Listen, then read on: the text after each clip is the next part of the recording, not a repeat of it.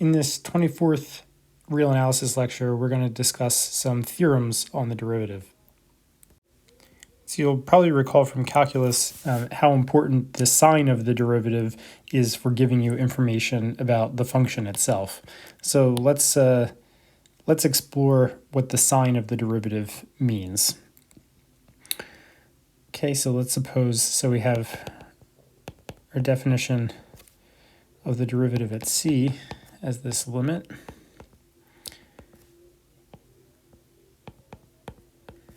And this is equal to f prime of c. And let's suppose for a moment that this is positive. Okay, so f prime of c is positive, and f prime of c is this limit as x approaches c. So we have some positive number. The fact that that positive number is a limit means that the stuff in the limit is approaching that positive number. It's getting arbitrarily close to that positive number. So what that should mean, intuitively, is that f of x minus f of c over x minus c, this should be positive for x close to c. So when x is near c, or is approximately c. And so there's kind of two cases here. So when x is bigger than c, then this denominator is positive, and that implies that the numerator must also be positive. So f of x must be bigger than f of c. And the other case is when x is less than c. In that case, this is negative. So if this whole quantity is positive, that means the numerator must also be negative. So f of x must be less than f of c in this case. So we have the picture that if here's c, whatever the value of our function is at c, immediately after that, the value of the function must be strictly greater. And before that, so before c, to the left of c, the value must be strictly less. Okay, so in a sense, the function is increasing through c in the strict sense that just immediately to the right of c, the value of the function is greater, and immediately to the left, the value of the function is less. And of course, there will be an analogous conclusion when f prime of c is strictly less than 0. You'll just have this sort of type of picture trending downwards. So your function will be sort of strictly decreasing through c, in the sense that for x to the right of c, the value of the function will be less, and for x less than immediately to the left of c, the value will be greater. So that so all we have to do really here is make this precise, right? So we just have to so we're just going to use some epsilon and delta language with the limit to show that this really does hold for x. So we're just going to be more precise about the x close to c thing.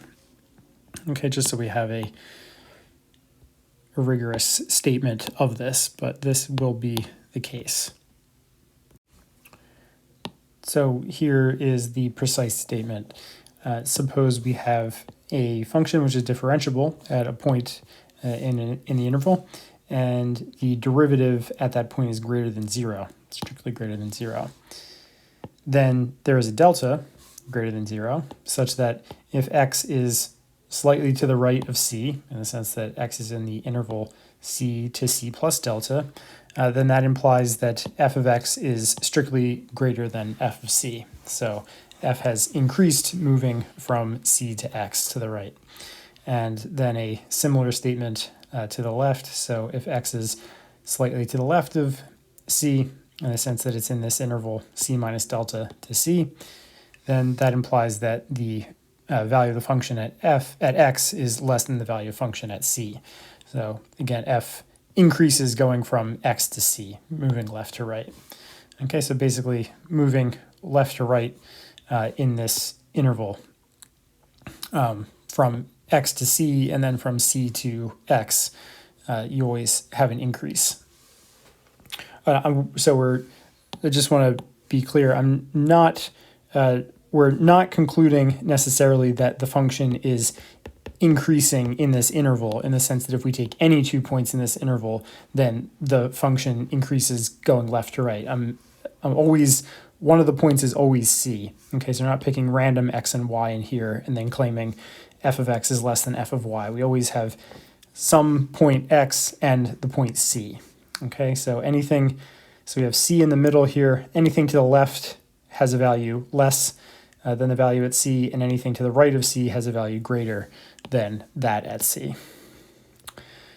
Okay, and then the same statement holds with the inequalities reverse. So if f prime of c is less than 0, then to the right of c, the value of the function has decreased, and to the left of c, the value of the function has increased. So we have to flip, you flip this inequality, you have to flip these two inequalities as well. Okay, so let's look at the proof.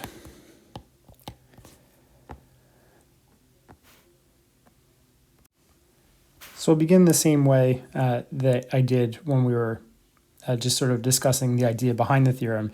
So we know that the limit as x approaches c of f of x minus f of c over x minus c is equal to f prime of c, which is greater than 0. Okay, so the basic kind of idea here is that here's 0, here's f prime of c, which is greater than 0. If we put an epsilon ball, so this epsilon here will be equal to half of f prime of c.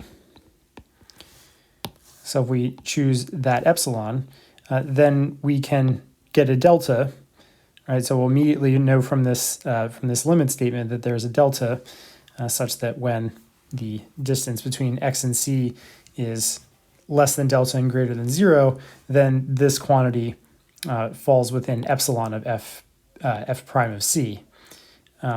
And then it's sort of immediate from this picture that means that that's going to be positive. Okay, so that's the idea, just coming straight from the definition of that limit and picking a particular epsilon. Okay, so thus, with epsilon equal to f prime of c over 2, which is of course greater than 0, there is a delta such that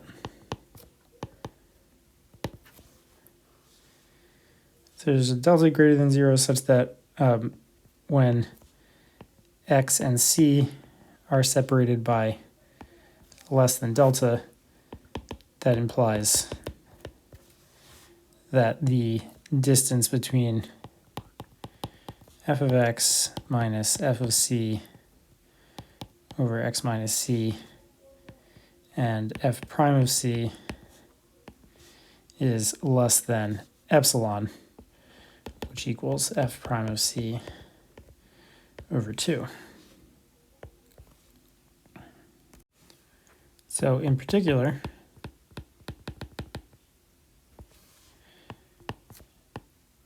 we have this quantity here. So that's f of x minus f of c over x minus c minus f prime of c.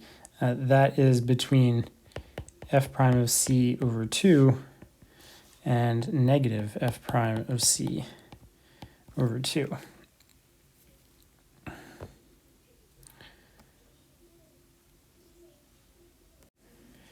And really, so I'm just trying to say that that this quantity here, this difference quotient, is positive. Remember, that's the conclusion we're coming to. This thing here is supposed to be close to the positive number f prime of c, right? So this thing should be positive. So really, we just need the one inequality there. So we definitely have that, and then just adding f prime of c over here. So we have that, which is equivalently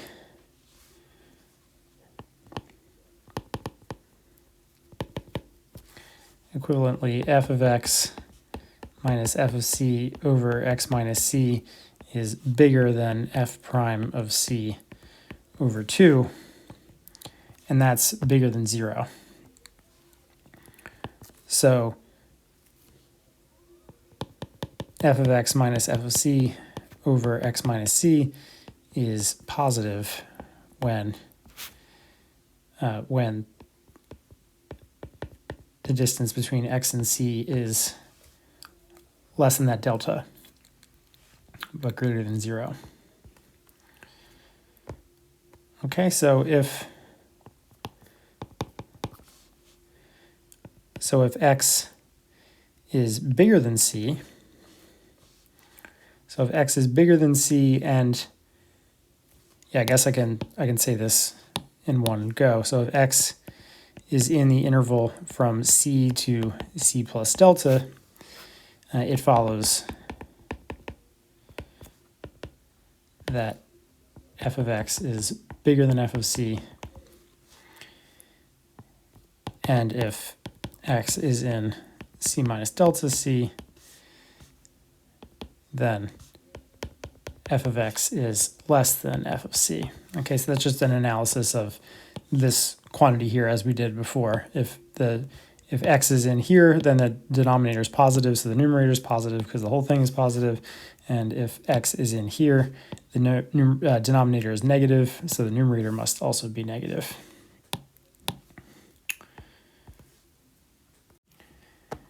Okay, so that's the basic proof of the first statement, and then we have the reversed inequality statement. So the statement when f prime of c is less than 0 follows from the first case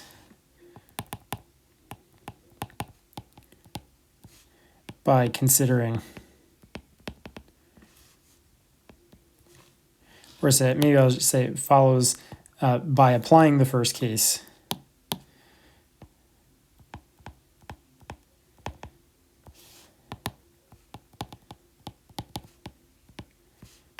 to negative f prime, or I guess I'll just say to negative f.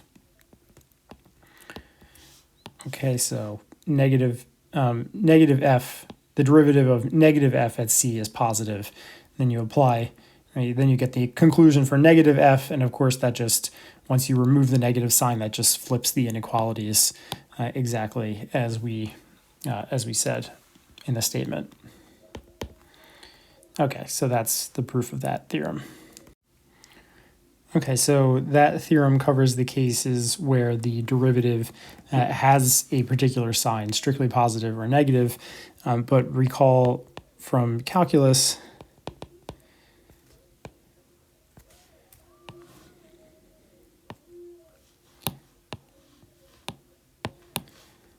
that if f prime of c is 0, so if our derivative is 0, so if f prime of c equals 0, not much can be concluded in general.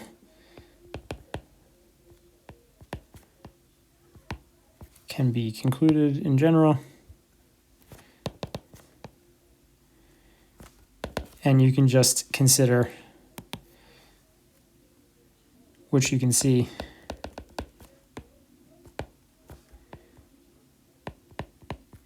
can be seen by considering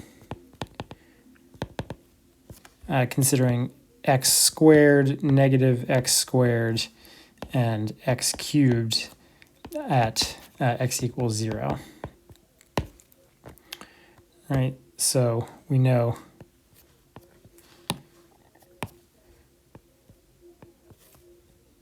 x squared looks like that. Negative x squared looks like this. And x cubed looks like this. And we have a derivative of, right, we know our derivatives of these knew them in calculus, but we forgot them. We did this in the last lecture. So the derivatives are all 0 at 0, and but we can't really conclude anything about the behavior to the left and the right. So for x squared, immediately to the left and to the right, the function has increased, whereas for negative x squared, the immediately to the left, the function is left and right, the function is decreased, right? So I guess the function's it's increasing to here and then decreasing. In this case, it's decreasing and then increasing, and in this case here, it's increasing and then increasing again. So there's not really any consistent pattern that we can see when f prime of c is 0. However, as you'll recall from calculus, you can, in a way, reverse the statement. So not much can be concluded about about the function when f prime of c is equal to 0, but you can predict when the derivative is going to be 0 at a point. Okay, so deriving information from this, not so much, but predicting that f prime is going to be 0, you can do. So when you have a local min and a local max, and the function is differentiable, of course, we know from calculus that the derivative is going to be 0, and then you can use that, you can turn that into a tool to help you look for local minima and maxima, right? That's how it gets used in calculus. So you look at all the solutions of f prime equals 0. Sometimes there's going to be mins and maxes. Other times you're going to get stuff that aren't mins and maxes, but at least it helps you identify where those mins and maxes might possibly be. So anyway, what we do have is a theorem called the Interior Extremum theorem, which is also known as Fermat's theorem. Basically, Fermat discovered this principle even before calculus was formalized by Newton and Leibniz. So Fermat had a kind of proto-calculus method for finding maxima and minima of curves. So here's the statement. If we have a function on an open interval, which is differentiable at a point, and it also has an extremum at that point, so that means that our function at this point is bigger than or equal to all the other function values throughout this interval. So either bigger than or equal to or less than or equal to. Okay, so we either have a local maximum or a local minimum, then the derivative is equal to 0 at that point C. And the proof is simple.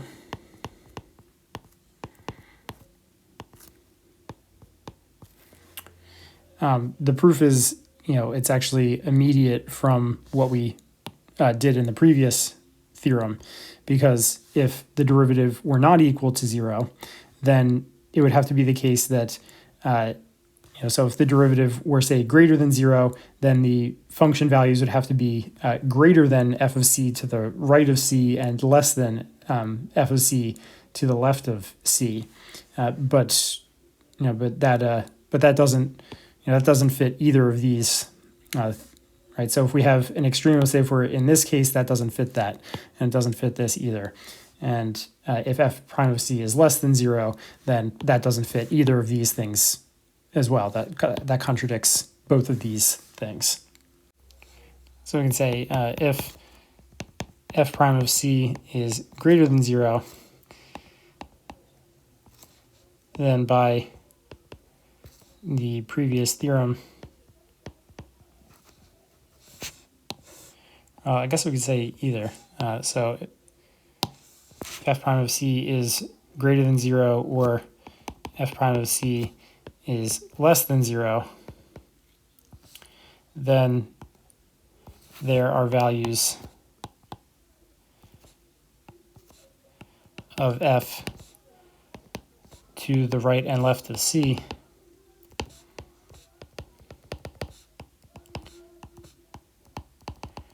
which are greater and less than f of c.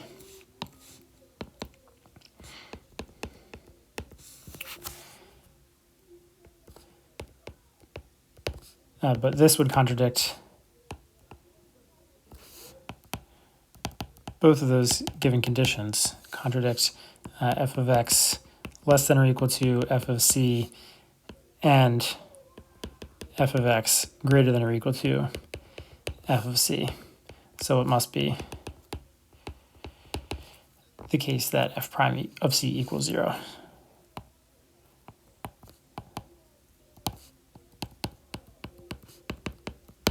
And that's it.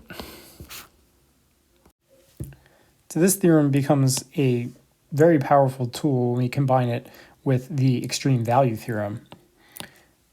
So the way this kind of generally would get used is that if we have a closed interval AB and a differentiable function on AB, then since the differentiable function is continuous, that function is going to have a maximum and minimum.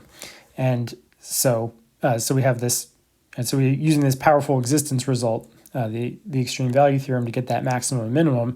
And then as long as those maximum and minimum don't occur at the two boundary points, if they occur at the interior, then we have points where the derivative of our function is equal to 0.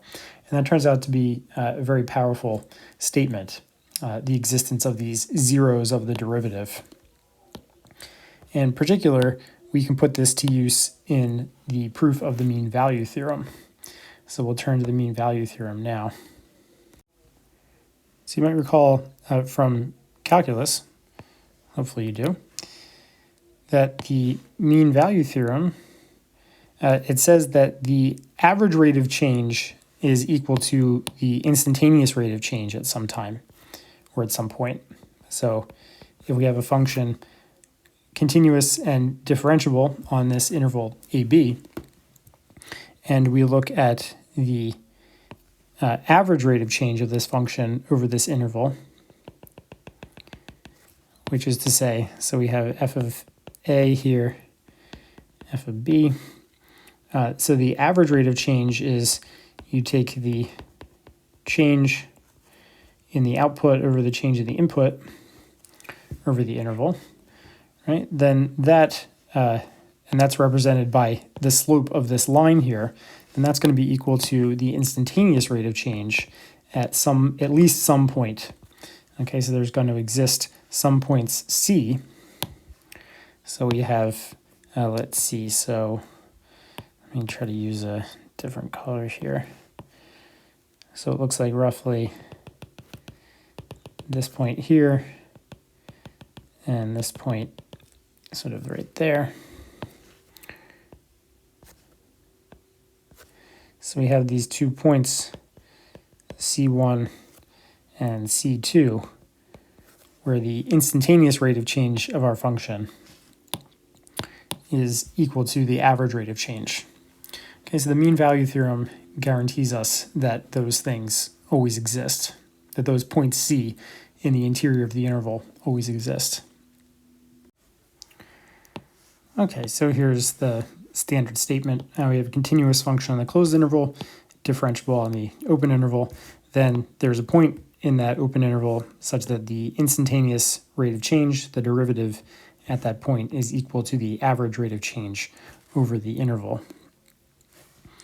And sort of the intuition for this is you can get some intuition by thinking about this kinematically. So if you think about f as describing, so think about the independent variable being time, and f describing position along some one-dimensional line. So position as a function of time. Then the derivative, of course, describes the velocity, and this describes average velocity over the time interval. So you can kind of imagine, if you this f is recording, some kind of trip you went on in this time interval from A to B, then so imagine your average velocity over the trip is 60 miles per hour. Well, that doesn't mean that you were going 60 miles per hour at every instant along the trip. Probably you were going a bit below 60 and a bit above 60 at certain points. But it stands to reason that if you were going, if your average velocity is 60, at some point you were going 55 and some other point you were going 70, there's got to be some point in the middle where you were going exactly 60 miles per hour. So that's sort of the intuitive argument that that supports the truth of this theorem. So let's see what the actual argument is.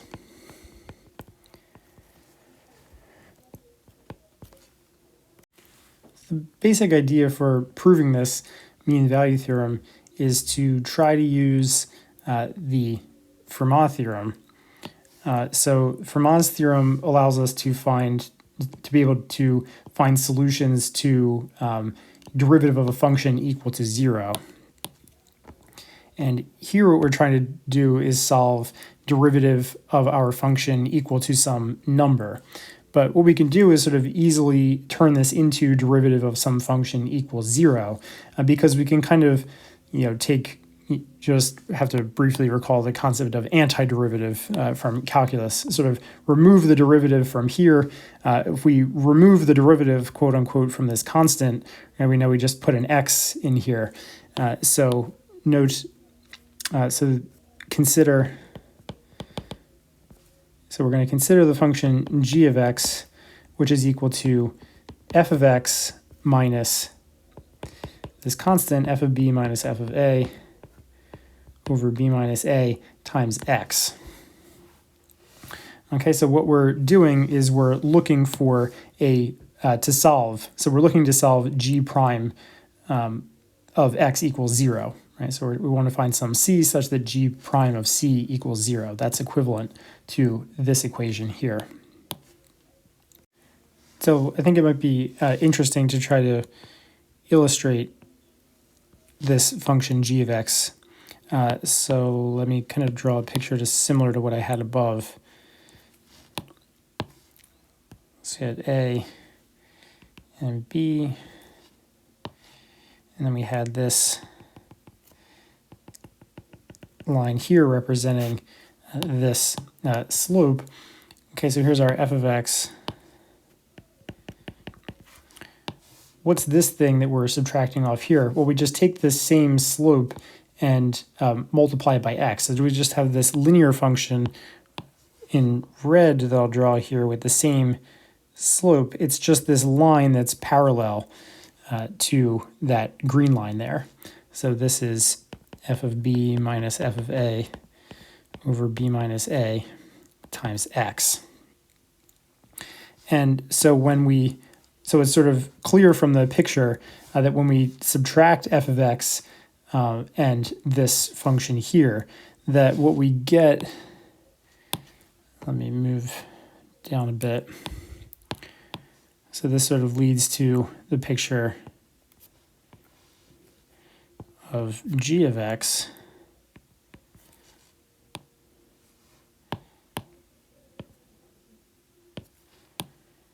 So g of x at a, it's going to be the difference between these 2 points here. G of x at b, it's going to be the difference between those 2 points there. But those are just, right, but we just have, it's the same distance from this green line to this red line because they're parallel, right? So this, whatever this gap is here, that's going to be the value of g of a. That's going to be the same as the value of g of b. Okay, so we have this gap here and this gap here are the same size. And whatever it is, that's going to be our value of g at a and g at b. And so we'll have some kind of wavy function like that. Okay, so this will be our g of x, roughly. Okay, so what you can confirm, so calculation confirms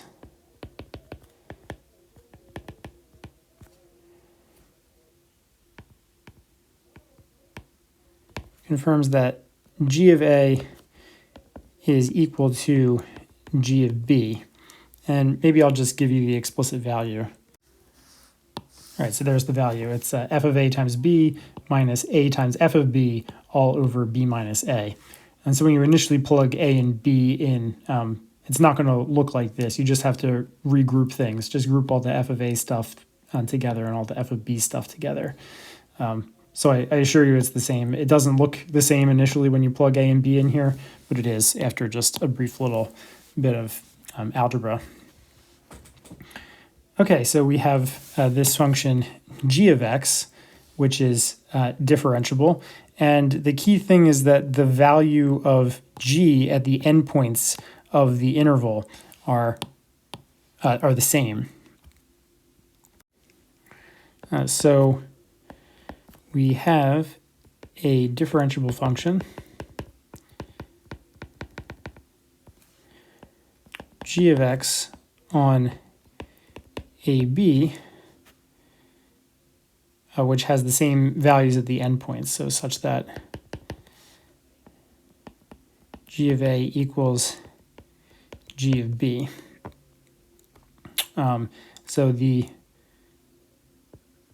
So we claim that g prime of C equals 0 for some C in AB. And if this is the case,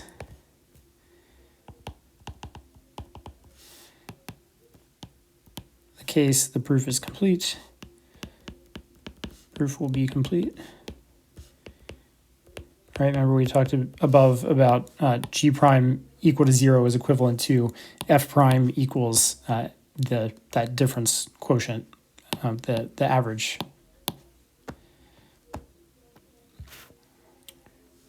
rate of change. So if this is the case, the proof will be complete. That this holds follows from the following lemma.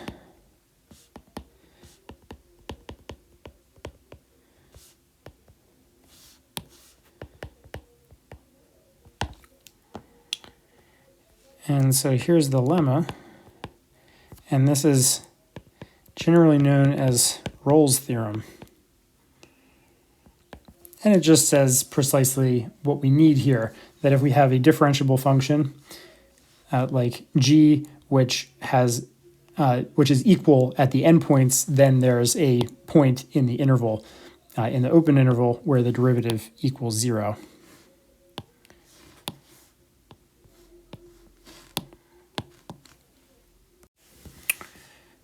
All right, so there's the statement.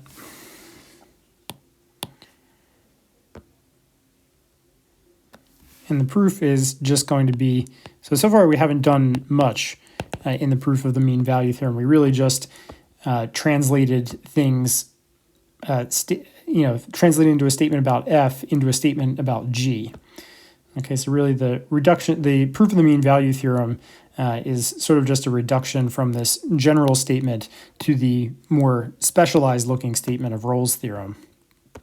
But Rolle's theorem is the real significant thing, and this is where we're going to use Fermat's theorem. Okay, so we'll produce this 0 of this derivative by looking at the extrema of our function g, since it's continuous on AB. So the proof is starts by the extreme value theorem.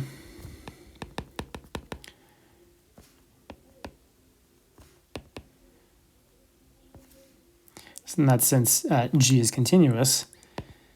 G has a maximum and a minimum on this set because it's compact. So just to cite my reasons, since G is continuous and the interval compact.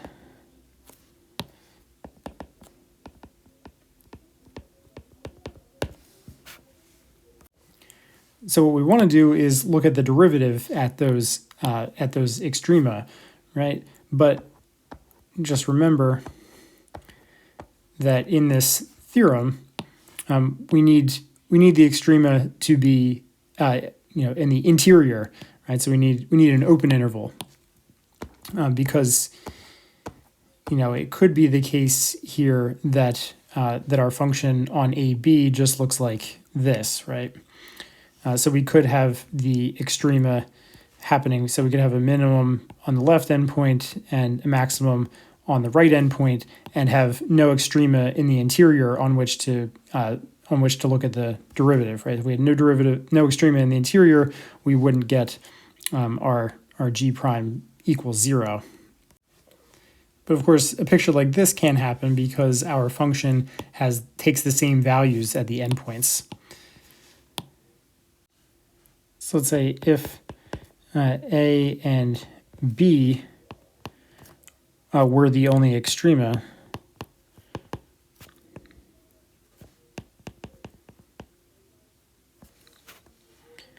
then one is the min and the other is the max.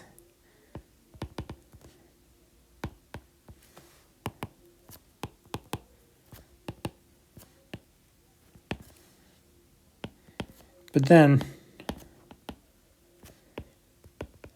g of A equals g of B implies the function is constant, implies g must be constant.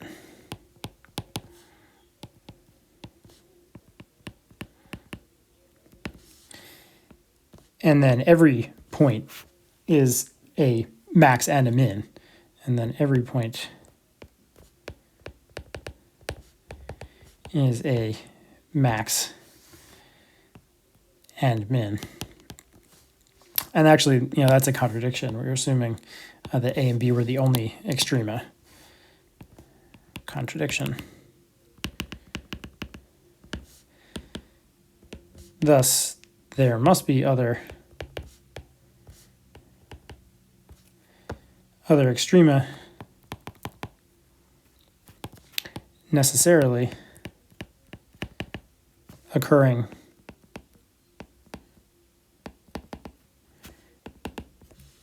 in the interval, the open interval AB. So by Fermat's theorem,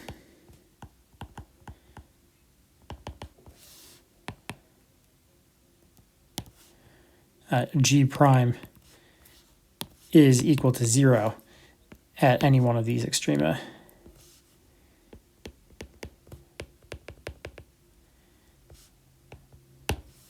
And that's the theorem. Okay, so it's a combination of extreme value theorem and Fermat's theorem, and you just have to rule out, you just have to argue that there must be extrema occurring in the interior to apply Fermat's theorem. And so that gives us Rolle's theorem, and Rolle's theorem gives us the mean value theorem in general. Okay, so that's how the mean value theorem's proof goes. Now, the mean value theorem immediately gives us some very important corollaries. So we obtain, first of all, the sign of the derivative, part 2. So when we talked about the sign of the derivative, we just had the derivative at a single point. So if the derivative at a single point is greater than 0, then the function increases going to the right from that point and decreases going from the left. Here, we're going to assume that the derivative is positive on a whole interval, or respectively that it's less than 0, just that it has a fixed sign on an interval. So in the former case, the function is strictly increasing, and in the latter case, it's decreasing strictly. And what that means is that if you have x less than y in this interval, then f of x is strictly less than f of y. And the decreasing, just the inequality gets flipped. And the proof of this is very simple from the mean value theorem. So we just apply the mean value theorem to the interval x, y. So what we find is that f of y minus f of x over y minus x is equal to f prime of c. So there is a c between x and y such that that holds, and this is greater than 0. All right, so we'll just do the greater than 0 case. The other one is similar, where you can just or just apply this case to. So if you have f prime less than 0, then look at the function negative f, and then you get this, and you apply what we already have to negative f. Okay, so we'll just do the greater than 0 case. So since y minus x is greater than 0, it follows that f of y minus f of x is greater than 0. And of course, that's equivalent to f of y greater than f of x as claimed.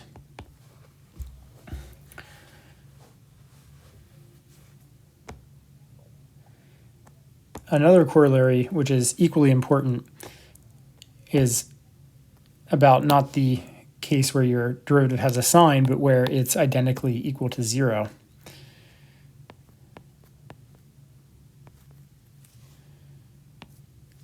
So another corollary is f prime equals 0 implies f constant.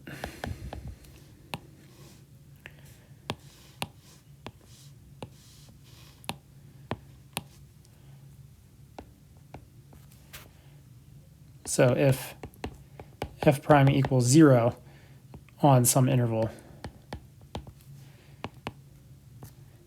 then f is identically c for some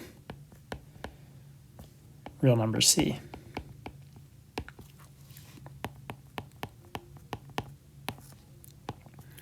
And the proof, again, is just by the mean value theorem. So for any x less than y, where x and y are in this interval AB, there is a c, or well, oh, sorry, maybe I'll use k here. Let's say this is k, since I was using c for c had a different meaning in the mean value theorem. There is a c in the interval between x and y, such that f of y minus f of x over y minus x equals f prime of c, but that's equal to 0. And thus, just multiplying by y minus x, we get f of y equals f of x. And x and y were arbitrary since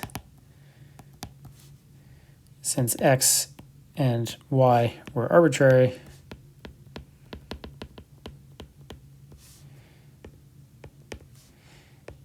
f has the same value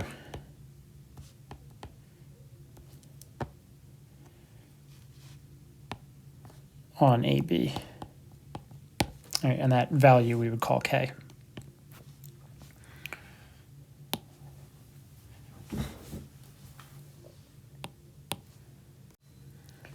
And final corollary we'll look at is about when you have the derivative of two functions being equal on an interval. Of course, that's just going to mean they differ by a constant, as we know from calculus. So if f prime equals g prime on AB, then f of x equals g of x plus k for some k in R on AB. And of course the proof is just apply the previous corollary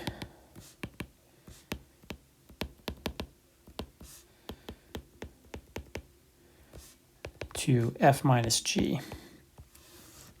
So f minus g, the derivative is linear, so the derivative of f minus g is 0, so f minus g must equal a constant k, and therefore f equals g plus k.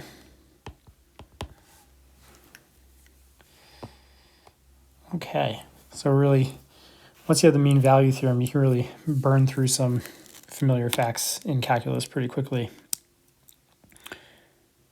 And if you actually try to think about these theorems, these corollaries, the mean value theorem from first principles, they're really not actually obvious if you're just using the definition of the derivative. So that might be useful exercise. I mean, there are arguments, that you can make that circumvent the mean value theorem, but the arguments become a little bit more convoluted. They're a little bit more difficult. So the mean value theorem really ties everything together nicely, and the mean value theorem also just ends up being sort of the main theorem. Whenever you want to do something technical with a derivative, the mean value theorem ends up being one of the key steps involved. So it really is possibly the most important theorem about the derivative. So we're now going to talk about a theorem that you've probably never heard of before, and it's a fact about the derivative that you've probably never used before or heard of before. It's not really terribly relevant to calculus, but it's an interesting theorem nonetheless. And it goes back to this, it goes back to the sort of just so story, the plausibility story that you're usually given about the mean value theorem in calculus. And so usually in calculus, you don't see the proof of the mean value theorem. You just get the kind of explanation that I gave before, right? So you think about this in terms of going on a trip. You have the average, sort of your average velocity over the trip, say it's 60 miles per hour. And you think about, okay, I'm probably not going 60 miles per hour on the whole journey. I'm going a little bit less sometimes, going 55 sometimes, going 70 other times. But if my average velocity is 60 miles per hour, I must have been going 60 miles per hour at some point on the journey, right? Well, actually, that story, that's only reasonable, right? The fact that we're going 55, once 70 some other times, so there must have been a 60 in between there. That's only reasonable if you think that the derivative has some kind of intermediate value property, right? That the derivative has to take on every intermediate value. So I'm going 55 now. Later I look, I was going 70. That means I must have been going 60 at some point in between there. That's not true of every kind of function, right? So you need some kind of intermediate value property, something that says that the derivative takes on every value in between 55 and 70 to conclude that 60 was actually hit there. So actually that story doesn't really quite hold up unless you know something else about the derivative. So this just so story that is told to make the mean value theorem seem plausible doesn't really stand up to scrutiny, but nevertheless, the mean value theorem does hold.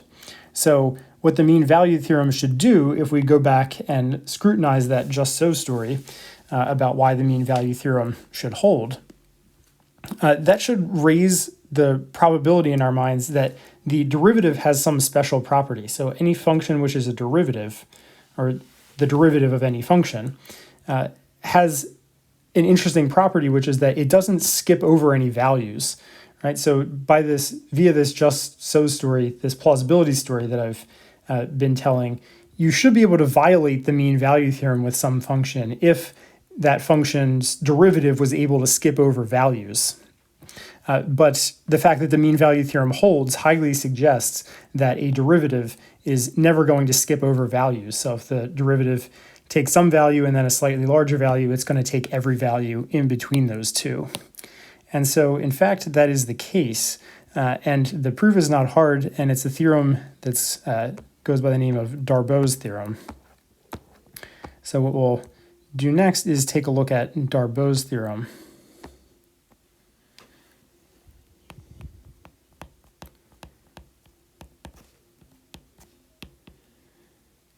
And this is just a theorem that says that the derivative has the intermediate value property. So any derivative has the intermediate value property.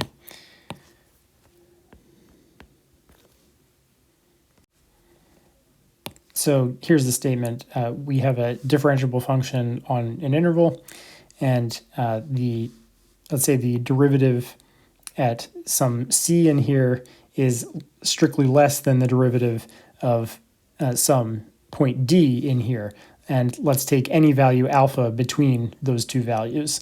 Then there has to be a point in between that c and d where the derivative is equal to that alpha. Okay, so if the derivative hits these two values here, it has to hit any value in between at some point in between.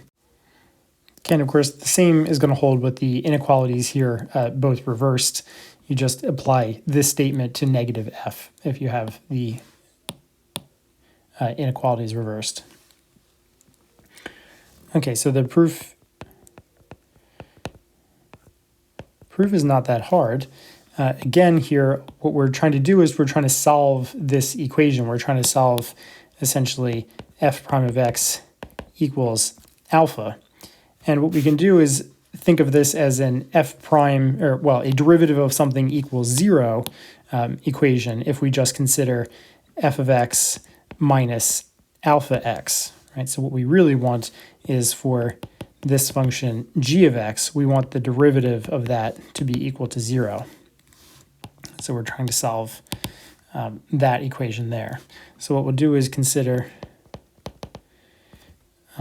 g of x, which is f of x minus alpha of x, alpha times x on AB.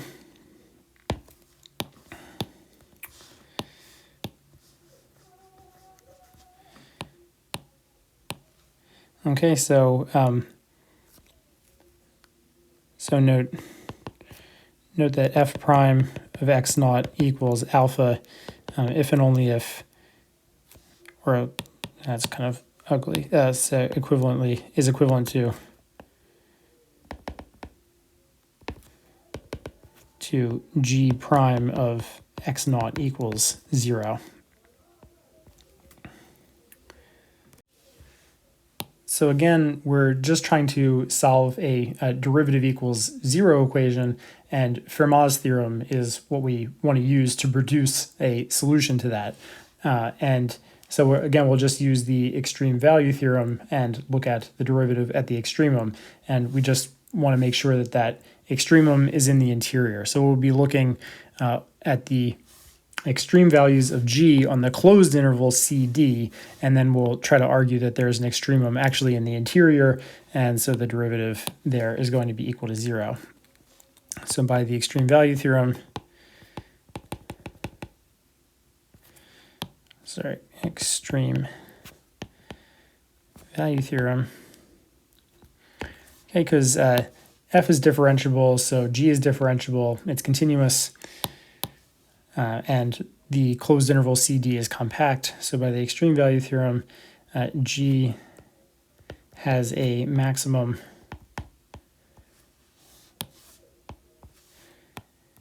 and minimum on the compact interval CD.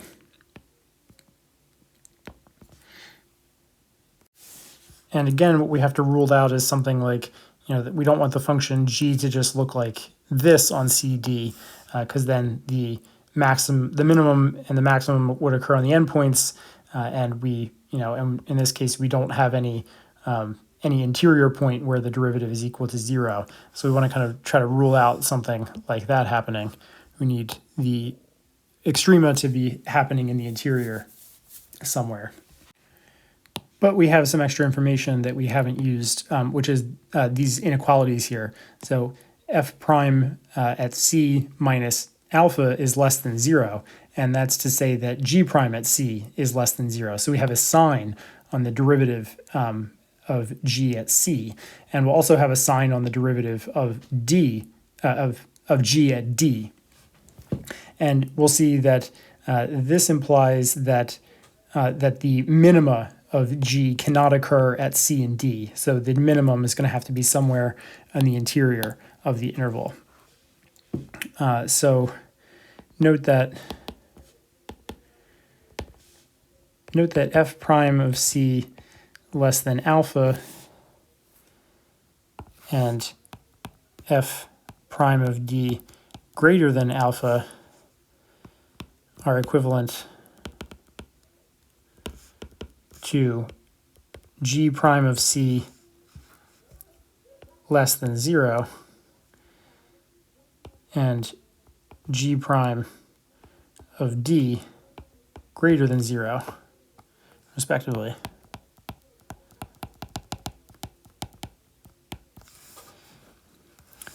And so since g prime is less than 0 at C, by the sign of the derivative theorem, our first sign of the derivative theorem, that means slightly to the right of C, the value of g has to decrease.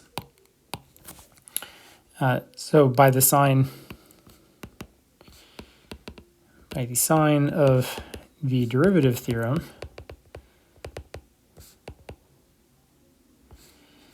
there is a delta 1 greater than 0, such that x in C plus delta 1 implies that g of x is less than g of C, and a delta 2 greater than 0, such that x in d minus delta 2, comma, d implies that g of x is less than g of d. But these just imply there's x values that are less than g of c and g of d. But that means that g of c and d can't be the minima. There are things that are less than both of those values in the interval CD. But this means that C and D cannot be the minima. I'll just say a minimum. The minimum can occur at more than one point, of course. This means that C and D cannot be minimums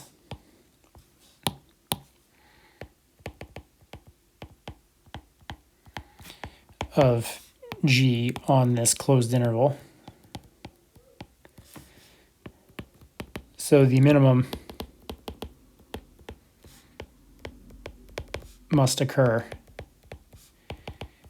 in the open interval CD.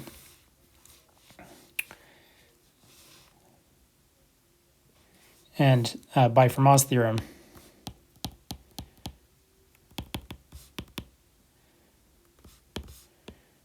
G prime equals 0 at this minimum, at such a minimum point.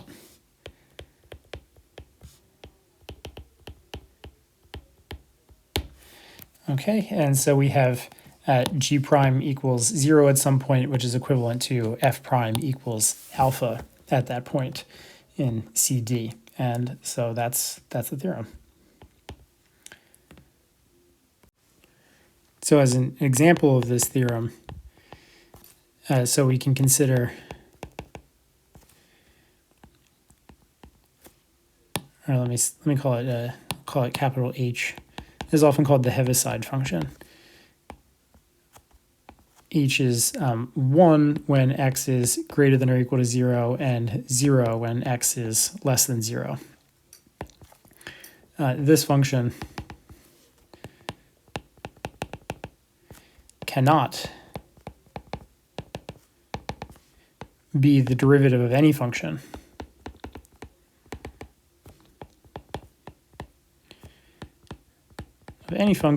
because it doesn't have the intermediate value property, right? So if it were the derivative of something, then it takes on the value 0, it takes on the value 1, but it doesn't take on any value in between those two, and it should if it were a derivative, right? So this is called the intermediate value property here. So if you have a function which takes on any value in between any two particular values it takes on, then it's said to have the intermediate value property. So any derivative has the intermediate value property, but h of x clearly does not. So this function cannot be the derivative of any function because it doesn't have the intermediate value property required by Darbo's theorem.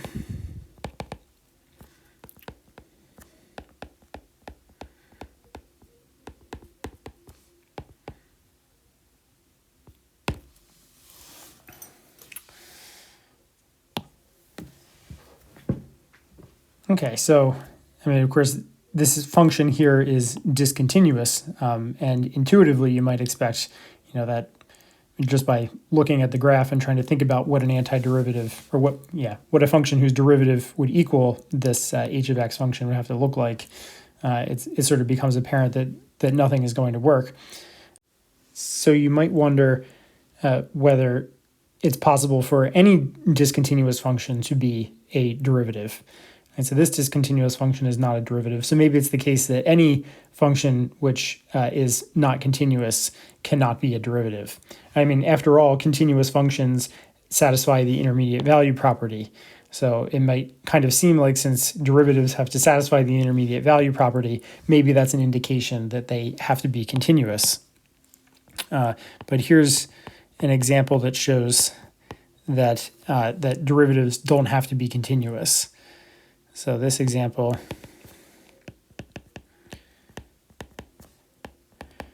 will show that derivatives do not have to be continuous,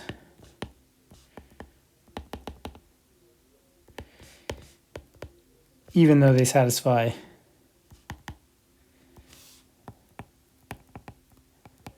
the intermediate value property.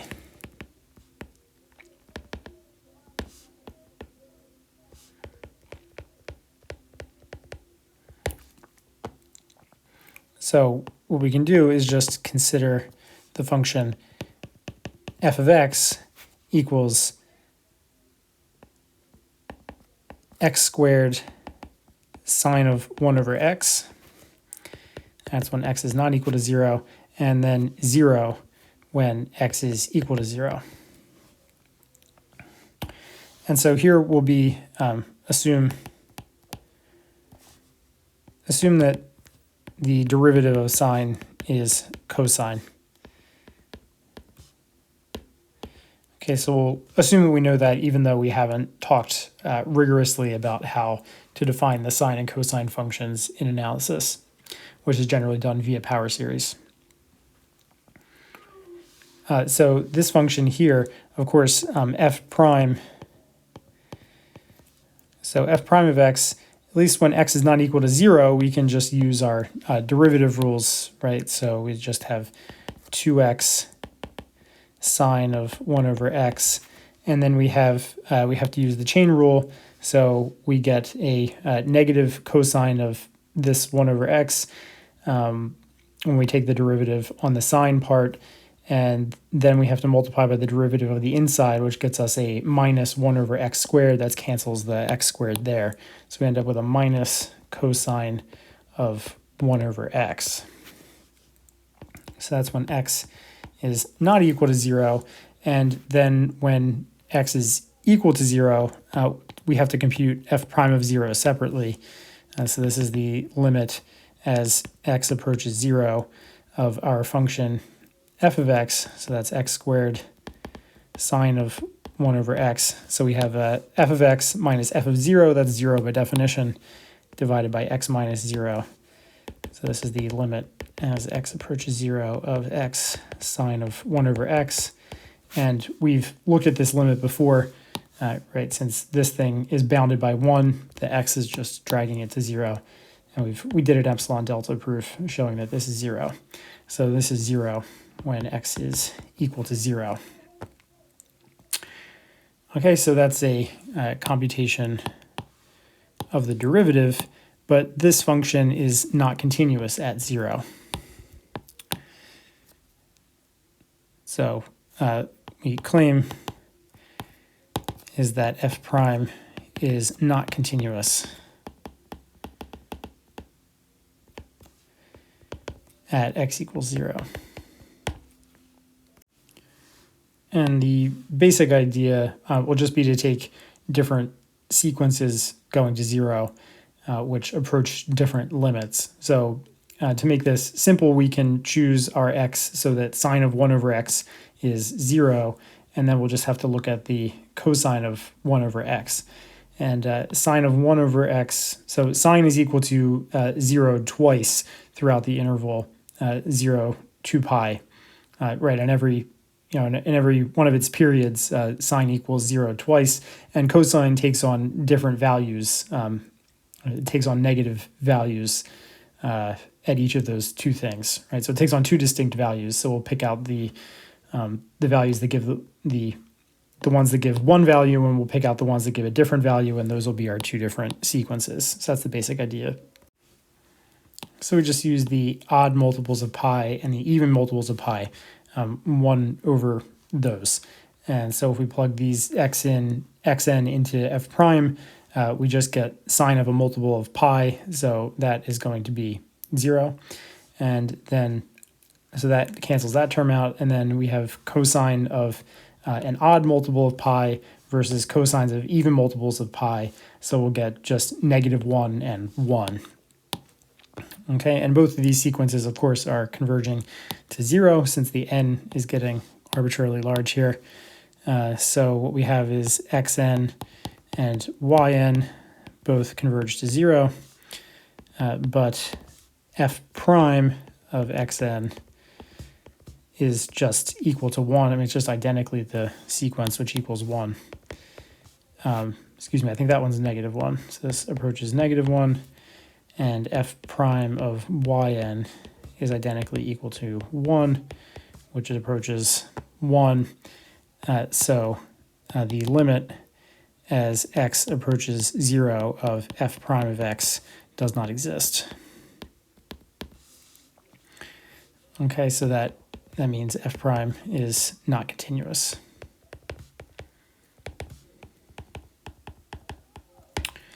Okay, so you see the nature of the discontinuity. It has to do with this sort of infinitely oscillating type of discontinuity, and that's juxtaposed against the jump discontinuity of the Heaviside function here.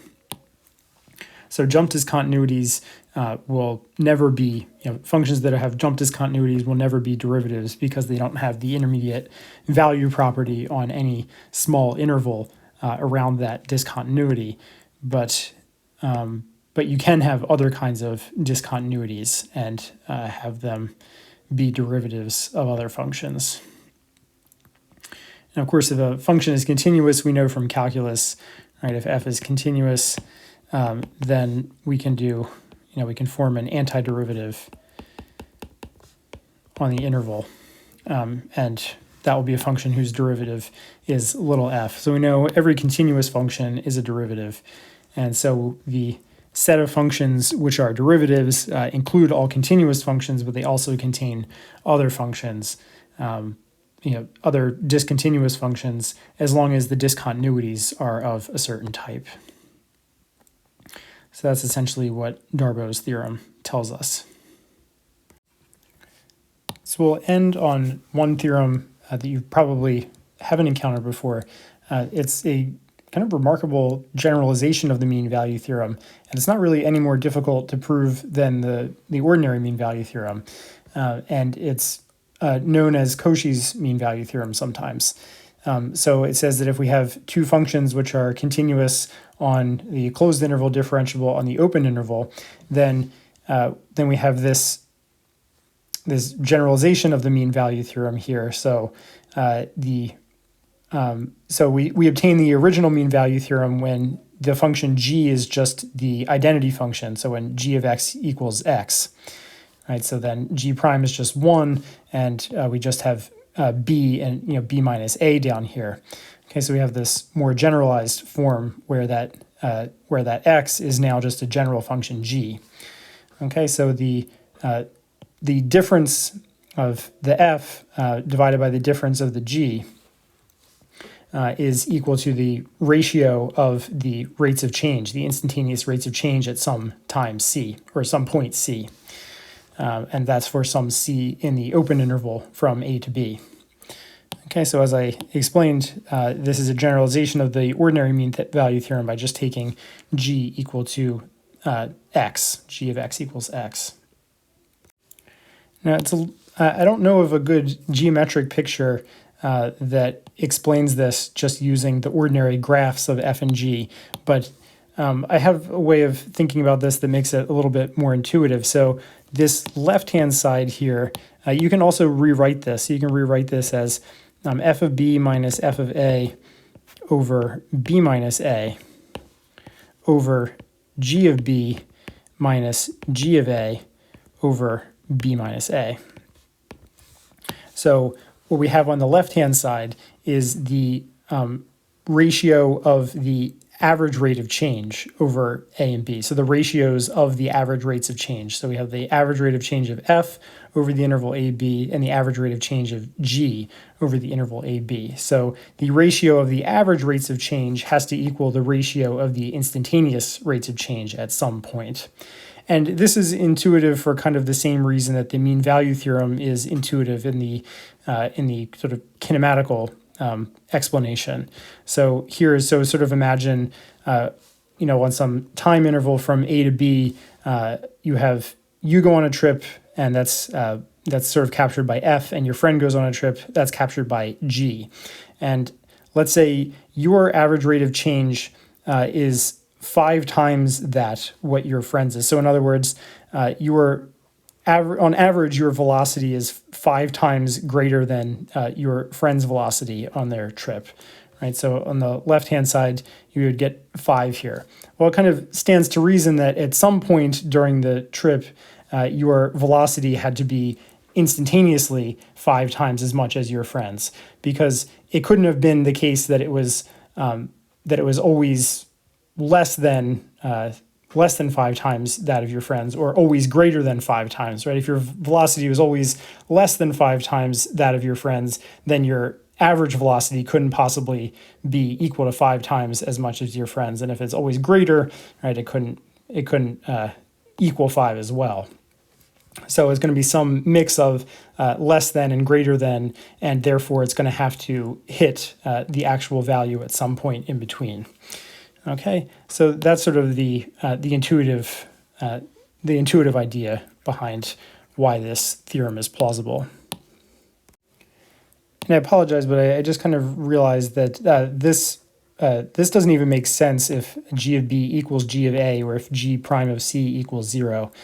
So I'll amend the statement so that covers those cases. So this will hold as long as the denominators aren't equal to 0. But in general, you just have to cross multiply to get something that makes sense, regardless of whether those are 0 or not. And this will always hold for some c. Okay, so this is going to be the statement that we actually prove. So let's look at the proof. So the proof is pretty simple. It's just going to follow the same pattern we've been doing. We're trying to solve this equation for some c. And we're trying to find some c such that this equation holds. So we'll sort of take the antiderivative version of this. We'll look at that function, and we'll try to make this about a derivative equals 0 question. So what we'll do is we're going to just move this to the other side and take the derivatives off. So consider h of x, which is f of b minus f of a times g of x minus g of b minus g of a times f of x.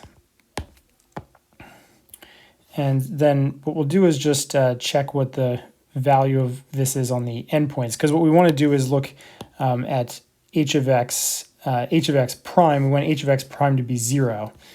Right, so what we just need h prime of c equals 0 for some c in AB. And in other words, we just need to use Rolle's theorem. So we just need to check the value of h at A and h at B.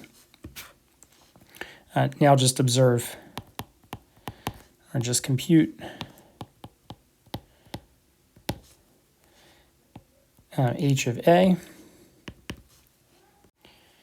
Let's see, h of A, if we plug in A, we're going to have f of A and g of A with a minus sign, and we'll have g of A and f of A with 2 minus signs. That's a plus sign, so those are going to cancel out, and we just get f of B g of A minus g of b f of a. And h of b, when we plug in b, we have f of b, g of b, and g of b, f of b, but now with a minus sign. So those two cancel out. And we just end up with minus f of a, g of b, and then plus g of a, f of b. And note these are equal.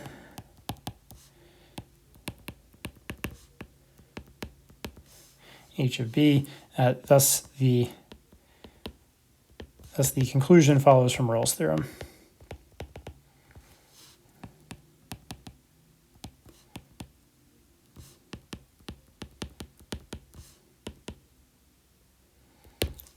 Okay, so actually, once we have Rolle's theorem, which came about by looking at the mean value theorem, we get the generalized mean value theorem for almost no effort. I mean, it's no harder than the ordinary mean value theorem.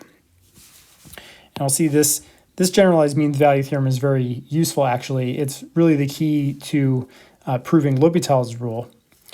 And it's also the key to proving the Lagrange remainder theorem, which is important for considering Taylor polynomials and Taylor series. So this theorem is very important for later developments in the differential calculus. Okay, but that's going to conclude the lecture. I think we're basically out of time, so I'll see you next week.